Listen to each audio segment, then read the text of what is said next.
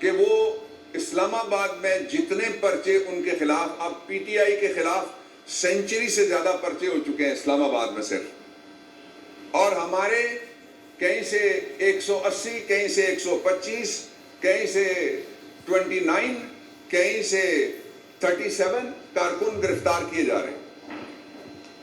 یہ پرچے کیوں ہو رہے ہیں؟ آپ ذرا ان کو جوڑیے گا، پہلا لنک میں آپ کے سامنے رکھنے لگا ہوں۔ اور اسلام آباد میں کیوں ہو رہے ہیں؟ یہ بڑی بدقسمتی کی بات ہے کہ اسلام آباد کے جو وکیل ہیں، وہ جو اسلام آباد کی کچہری ہے اس کو کہتے ہیں ڈیتھ ٹریپ، کہ یہ موت کا پھندا ہے۔ ویسے نہیں وہ کہتے، سیشن جج، سینئر وکیل، لیڈی لائر، لیٹیگنٹ، عملے کے لوگ اسلام آباد کچہری میں ایک دفعہ قتل نہیں ہوئے، 2 دفعہ قتل ہوئے۔ کیا کوئی مجھے بتا سکتا ہے یہاں کا ذمہ دار کہ ان کے ملزم کہاں گئے؟ کیا کوئی بتا سکتا ہے ان کا ٹرائل کہاں ہوا؟ کیا کوئی بتا سکتا ہے ان کو انصاف کیوں نہیں ملا؟ کیا کوئی یہ بتا سکتا ہے کہ اس کچہری کو اس کے بعد محفوظ کیوں نہیں بنایا گیا؟ ساری کوشش، یہ جو پرچے ہیں، یہ پہلا سرکمسٹانشل پیس آف ایویڈنس ہے ہمارے پاس۔ یہ اسلام آباد میں کرنے کا مقصد یہ ہے کہ عمران خان کو اسلام آباد کچہری میں گھیر گار کے لایا جائے، اور پھر وہاں پہ سنائپر یا کسی کار بام کے ذریعے یا کسی خودکش کے ذریعے ان کی جان لے لی جائے۔ میں یہاں رک جاتا ہوں، اس کو کوئی سیاسی گفتگو نہ کہہ دے، اس لیے یہ ہماری طرح نہیں ہے۔ میں یہ کلیریفیکیشن کر دیتا ہوں۔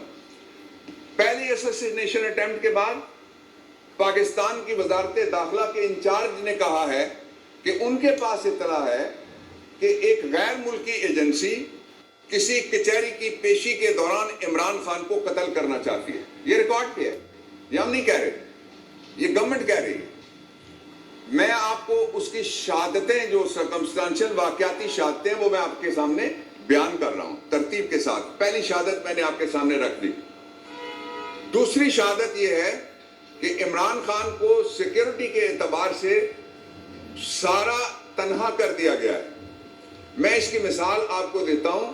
لاہور ہائی کورٹ میں جب عمران خان پہنچتے ہیں تو فاضل عدالت یہ کہتی ہے کہ سیکیورٹی میں اندر لایا جائے۔ وکیل وہاں اندر بات کرتے ہیں، کہتے ہیں سیکیورٹی نہیں ہے۔ جب بیل کا عمل ختم ہوا، عدالت نے پھر حکم کیا کہ عمران خان کو فول پروف سیکیورٹی میں گھر واپس بھیج جائے۔ نہ پہلے سیکیورٹی دی اور نہ پھر سیکیورٹی دی۔ عدالت کے حکم کی نفی کرتے ہوئے دوبارہ سیکیورٹی نہیں دی گئی، اور اس کی وجہ یہ تھی کہ عمران خان کو کسی طریقے سے نشانہ بنایا جائے۔ یہ دوسرا ثبوت ہے۔ تیسرا جو سرکمسٹانشل ثبوت ہے وہ انتہائی خوفناک ہے۔ وہ جوڈیشل کمپلیکس میں حاضری والے دن سامنے آیا ہے۔ اس کے 4 حصے ہیں اس ثبوت کے، وہ چاروں حصے میں آپ کے سامنے رکھوں گا۔ اس کا پہلا حصہ یہ ہے کہ پہلی بار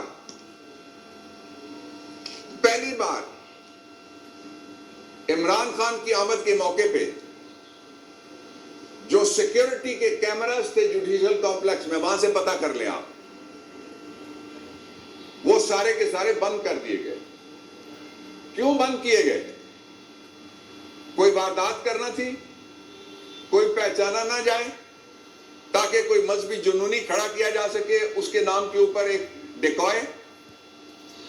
عمران خان سے زیادہ کس نے عالم اسلام میں اور عالم انسانیت میں، اقوام متحدہ میں اور مغربی دنیا میں رسول اللہ صلی اللہ علیہ وسلم، یہ جوڈیشل کمپلیکس کے اندر کے میں ثبوتوں کی بات کر رہا ہوں۔